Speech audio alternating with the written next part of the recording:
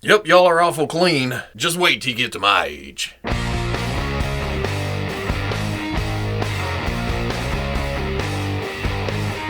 Okay, people, welcome back to another Fwoosh review. Today we're taking a look at the Mezco 112 Collective Marvel Moon Knight. A lot of M's in toy names these days. But yeah, it's a Mezco. I don't really ever hardly get a chance to open these on camera. These are usually my preciouses that I open in the privacy of my own home.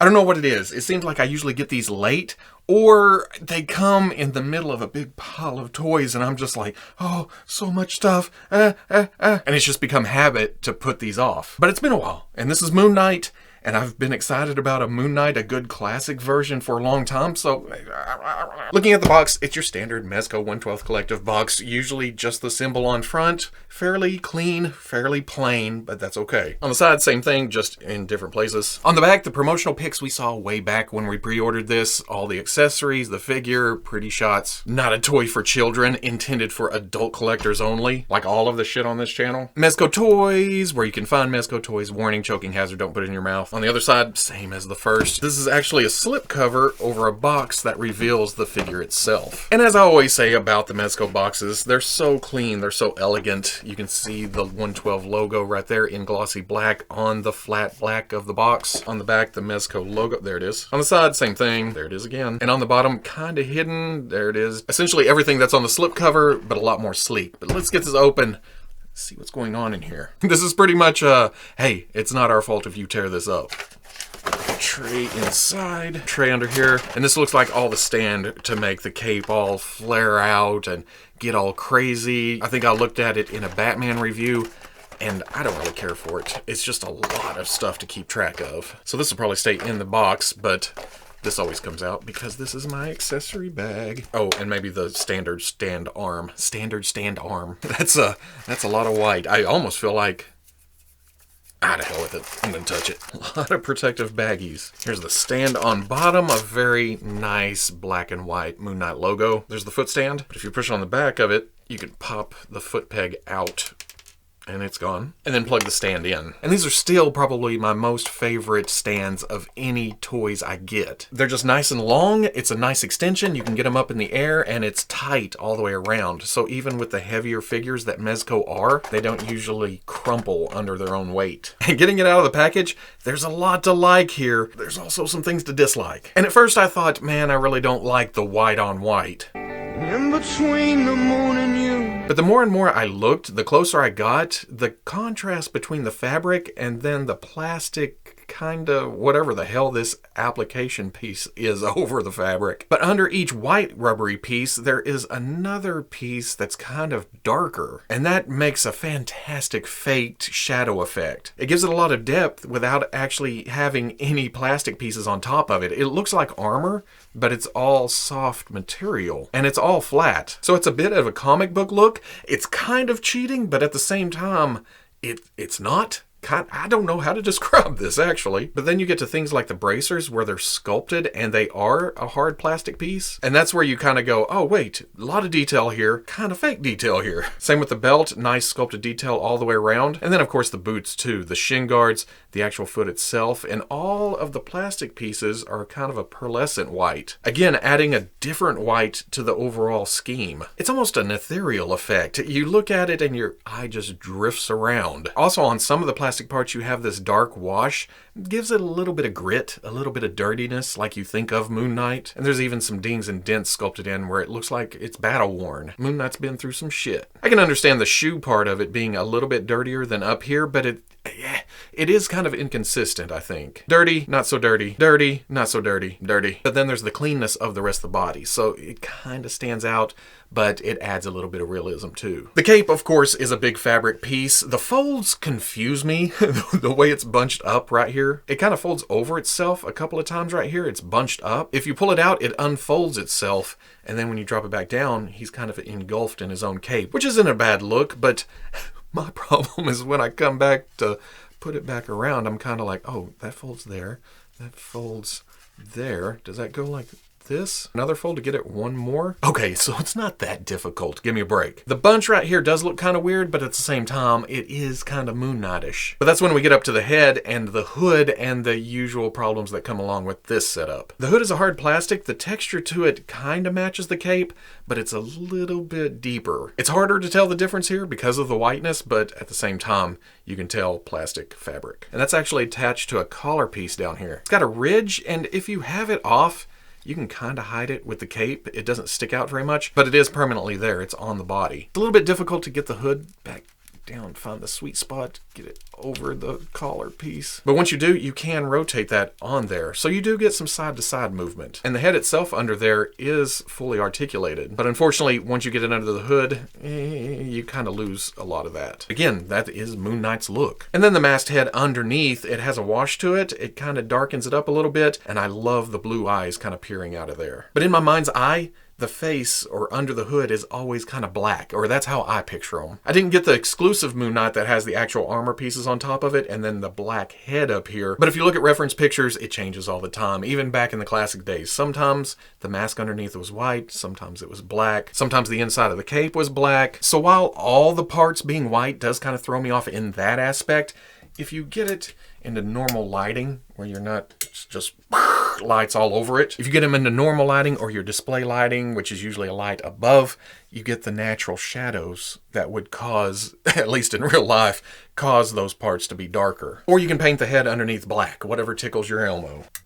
But one of my ongoing gripes with Mezco is the ankle articulation. Don't get me wrong, it looks great because there's not a lot of gap, there's not a lot of seam, but unfortunately to get that effect, it has to kill some of the movement, especially forward. With a character like Moon Knight, his cape kind of drags him back.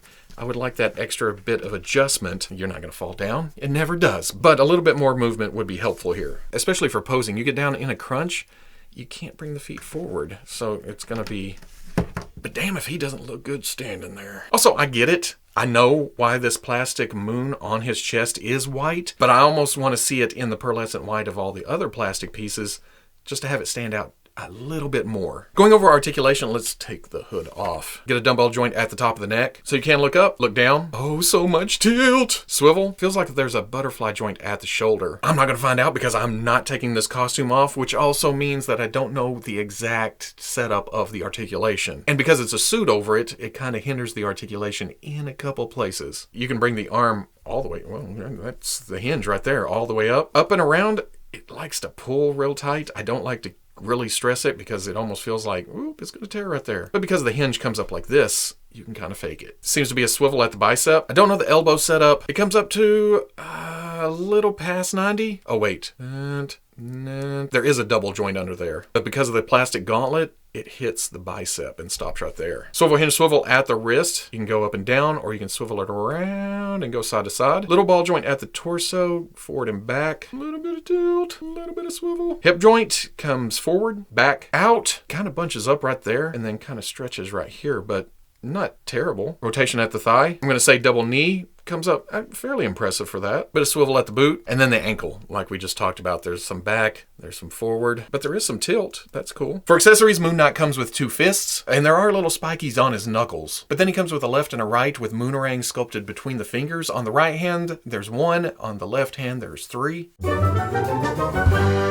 And then he comes with 2 weapon-holding hands. I've always complimented Mezco about how easy it is to switch out their hands because of the softness here. But for some reason, Moon Knight is a little bit tougher than usual. And it's even worse trying to get some of these hands back on. You can still open it fairly easy. But then for weapons, he comes with this big moonerang, and it's got nice little details to it, even though it's just a grip on the back and then 2 silver blade parts sticking out. He has this staff. It fits the whole Moon Knight motif we have going on here. There's some white, there's some silver, and sharp as hell on both ends. If you slide the weapons in like this, and it's a tight grip, so you're pushing like this, you're gonna draw blood. Look right there, I stabbed myself with a toy. I mean, adult collectible. Exact same thing goes for the nunchucks. In fact, it looks like the spear, just missing the middle piece. But then you have real chain between that. Same goes for the grappling hook baton. Again, same end as the nunchucks, but on the other end, there's a hook. And then you have a much longer real chain in between it. If you do want to hook it on something and have him actually hanging, that will work. That looks stiff as hell, but you know what I'm going for. Again, though, it is sharp. Get out of my skin. And then finally, there is the unmasked Marc Spector head. Some people say this looks soft. To me, the softness usually adds a little bit of realism to it. I like the soft skin tones, the hint of stubble. It's not just full-on cuts on his face. It looks like he's cleaned himself up, but you know he just came out of a fight. And I love that it looks like this mask just pulled up. There's also this plastic hood down piece that you slip on here, snap it onto the collar right there. But unfortunately, this falls victim to the bunched up cape way more than the hood does. You push it down, it just pushes right back up, which means when you put the Marc Spector head on, it usually hides half his face until you pull it out, kind of stick his chin over it maybe. But in that position, he's constantly looking up a little bit. As bundled up as this is, would be a little bit realistic. It'd be like, hey, my cape's eating me, but I want to see the face. It looks good. You've probably already went to the comment section and told me, hey, dumb shit, you have that upside down. I posted this video to the plus and somebody told me this and I thought, oh, well, I am a dumb shit. My brain with a down hood thinks this should hang down, but this point is actually the part that comes down in front of his face pushed over. So we pop this onto the collar with that sticking up, and you can already see it's working better. It's hanging down further. You pop the head on. It's out of the way of the face. You can see the chin. It doesn't look like the cape is eating his head. And now that I have it in the proper position, I almost like this more than the hooded mask look. Height-wise, Moon Knight stands about 6.5 inches tall to the top of the hood. Here he is with the Mezco 112 Collective, Logan, and Captain America, and I think this works. Captain America's big and buff, Spector is lean, athletic, and then Logan's short. You can't ask for better than that. Here he is with the Mezco 112 Collective, Cable, and Deadpool. Again, Cable's taller, Deadpool's about the same, which I feel is correct. And if you really wanted to, you could slip him onto your Marvel Legends shelf in case you don't have a classic Moon Knight there, like I do, or don't. However that sentence works. And just to give you a better idea than that, here's the Marvel Legends Daredevil and Captain America. So at the end of the day, I'm very happy to have this figure on the shelf, but it is a little bit limited. And before you jump to the comment section, I am not a Mezco hater. I love this line, but there is some frustration with this figure, only because of the design itself, I think. The boots are supposed to be clunky. They made them clunky. It comes out a little bit clunky. The hood and cape look restrictive in the comic books. That's how it came out in actual fabric and action figure form. You didn't have to make those weapons so damn sharp though, Mezco. Well, that's not really a gripe. I kind of like them that way, not because of the pain, but because of just how durable and awesome they look. If you missed it a minute ago, I didn't have a classic Moon Knight on the shelf, and now I do, so that makes me pretty happy. With Moon Knight and some of the other characters that I have that go along with him, I need some gargoyles, some city rooftops or something, where I can dimly light it and they look awesome in the dark or something. Yeah, all kinds of display ideas come up just because I've been playing with this for an hour or two. So basically, ideas running through my head of how to display this means I like it pretty well. I have my problems with it. Well, mostly next time I handle it, I think I'm going to be wearing gloves because the white does worry me. I'm afraid that just handling it will get it dirty or something. So this will definitely be behind glass until I can come up with a proper display. And that will be under glass too. I will discover a dust-free world and I shall live there and I shall bring you all and we shall live in harmony for the rest of our lives, not having to dust action figures. Yeah, that's never happening. So if you like the review, comment, like, subscribe, or whatever the platform you're watching this on allows. Much love to the plus. If you want to see videos early or just in a position to help out the channel, patreon.com. But wherever you may be watching this, I'll catch you on the Fwoosh.